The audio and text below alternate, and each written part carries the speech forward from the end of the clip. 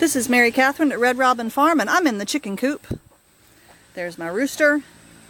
There's a bunch of hens. I think all three of these girls ended up over there being hens. There's a very bad silky mama there. And there's my orange hen. They won't go in the orchard today for some reason. I have no idea why. Here, oh, let me get some light in here. Let's look in the other end. This is my mama with my two babies. There they are. See the little babies? There's the big mama. She's a silky mama. That baby is so pretty. There's a little baby. That baby, the big baby is probably 3 weeks. This little baby's about a week. The reason I'm keeping them in the coop is because this other mama down there, the other silky mama, is so mean. That one down there, see her down there? She pecks at the little baby. Now that one right there that big one is so pretty. She has the most interesting feathering. Anyway, that's enough. They've got water. They've got food. Okay. They're all behaving so strange today. I don't know why they're not going in the orchard. Well, I thought I would do a little quick tour of the yard. It is August. I'm sorry, I'm moving around. I'm not even looking at what I'm doing. It is August. It is hot. It is mosquito-y. It's been a really bad summer in a multitude of ways. The garden was terrible. The rain was horrible. The drought was pretty bad too, as long as it lasted. And the heat has not been too bad, although it was very bad, I think, in June. Adam is working on this. Ooh, there's a butterfly. This drainage pipe that starts here. So this is a pretty low part of our yard right here. All the water collects here, and we're a very low property anyway. It goes in the end of this drain pipe, and it goes all the way out, and along behind those trees is the ditch. And so it empties, and he's also covering up right there. You can see that brown area, kind of covering up part of the making that more level. And the drain pipe is under there. But we're trying to keep this drain pipe low. And you see how he's put some concrete and stuff on it before to keep it down, because when the yard is full of water, the pipe actually rises and floats, and then it doesn't do what you want it to do. He's put some bricks around it. This looks kind of cool. He's really improving it. He's putting some more sod, I guess you could say, grass and sod that he's digging out of other parts of the yard, and I'll show you that in just a second. Now the mowing has been problematic. It's just rained and rained and rained, and we haven't really been able, Adam hasn't been able to mow much. He did get after it a few days ago, but it's already coming back. My zinnias have really been beautiful. I'm thankful for them. I've taken them to church several times. I love this orange one. Oh my goodness. Isn't that just stunning? It's beautiful. But the beds are tired, and I don't get outside in July and August. August is my least favorite month. I just hate it. Here's some sedum. All the stuff over here I'm really not taking care of. This bed is full of bulbs, but they're long past, and I have this huge gourd plant that volunteered. There's some kind of a tree in there. It's just it's really bad. Everything's pretty bad. But this is the edging he's been working on. You can see how he's trying to get I think he calls it a rhizome barrier around the edges. Here's bless its heart, he's been working on this bed. This is my other herb bed. It's been very productive this year for both teas and for cooking. But he took all the bricks out, and he's digging this. I need to come out here and do something. He's used some of this dill for his pickles. This thing is falling over. The cilantro is going to seed. I need to come out here on a cooler day. I have not been outside in this garden in weeks, and it's only right next to the house. Here's my marigolds that were very lovely and are still blooming, but they're kind of falling over. Everything is very hot and very tired. You can see, here's another squash or something volunteering over here. You can see my hydrangeas. They just drape over and just give up the ghost. Here's one of our good-sized elephant ear plants. I mean, these things are really huge. This is actually a smaller one. The ones on the other side are bigger, but this one's quite large this year. This is my old herb bed, and oh my goodness, does it look tired. It's just screaming, please let me go to bed for the winter. When is this going to be over? When is the heat going to be over? And I agree with it.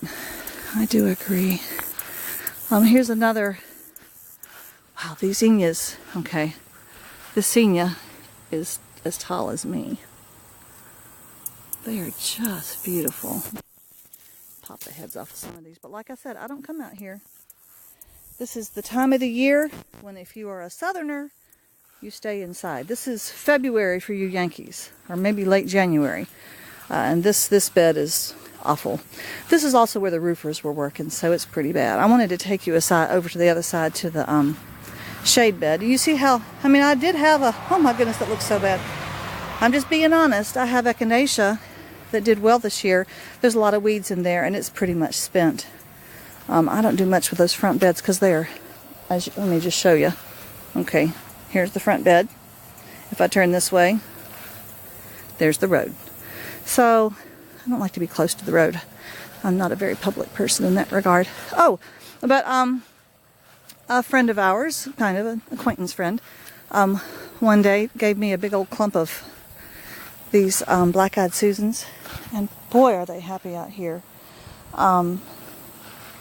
They're really happy out here. This is a rose of Sharon that a friend gave us, and there's another little forsythia down there that we think will survive. But I'll show you this bed and then we'll be done. See this tree, look at this, got yellow leaves on it. It's just, everything is weary of the heat. Look how much our, this is Iliagnus, this crazy plant. It's also got grass growing up in it. But we bought that last fall, and they were, you know, a foot tall.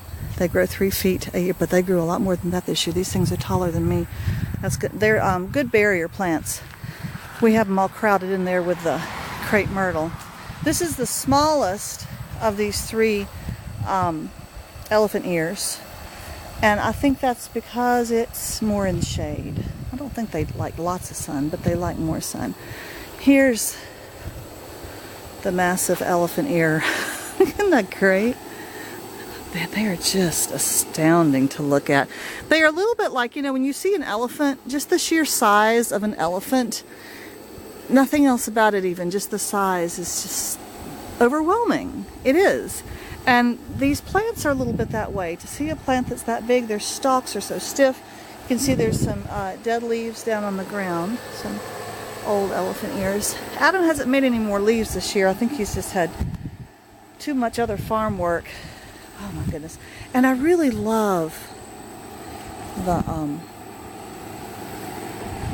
I don't know, the pattern. Isn't that amazing? It's just beautiful. I don't know what elephants would think of elephant ears. They probably wouldn't think anything at all. They would smell it and know that it had nothing to do with them. Look at this. Here's a piece of pine straw that came through that. So this bed is really dominated by elephant ears. I've got a little bit of coleus. Is that right? Yeah, I've got some coleus right there. A painted lady herb. I'm so brain dead. It's a fern. And there's a little bit of Artemisia, I think is what's down there. And this is some more of the Blackeyed Susans, and that's a caladium. I just put that in. That's another real pretty fern. And then down here, this is the kind of nice spiny looking fern that I bought for Anna's, to use for Anna's arrangement. And then I've got some hostas. The hostas got nice and big. These were the late ones that I was hoping would come up, and I wasn't sure that they were going to, and they really did, and now they're blooming a good bit later than the earlier ones. This is my only, wow, it got really big. This is my only lantana. That thing must be 5 feet across and 4 feet tall. It is quite large. These hostas, you'll notice that, now these came out earlier, they're tireder.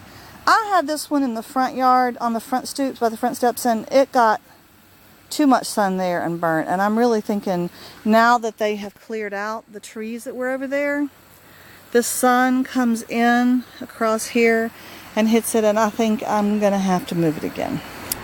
Hate to do that. And I have 3 more back here. They really, 2 of them anyway, get quite shaded by that lantana, and it helps. But you can see that they're also bug eaten. And I just, you know, I'm going to be honest with everybody and say, I don't garden in the summer. It is too hot. This has not been a particularly hot summer, but I don't do the heat well. I hate the heat, and so I stay inside. It's the time of year when you stay inside because the weather's awful, and the only time you go outside might be to do a water sport.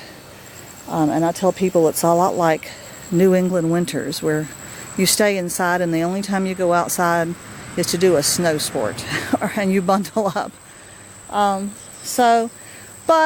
This is the South in the summertime. The humidity is outrageous.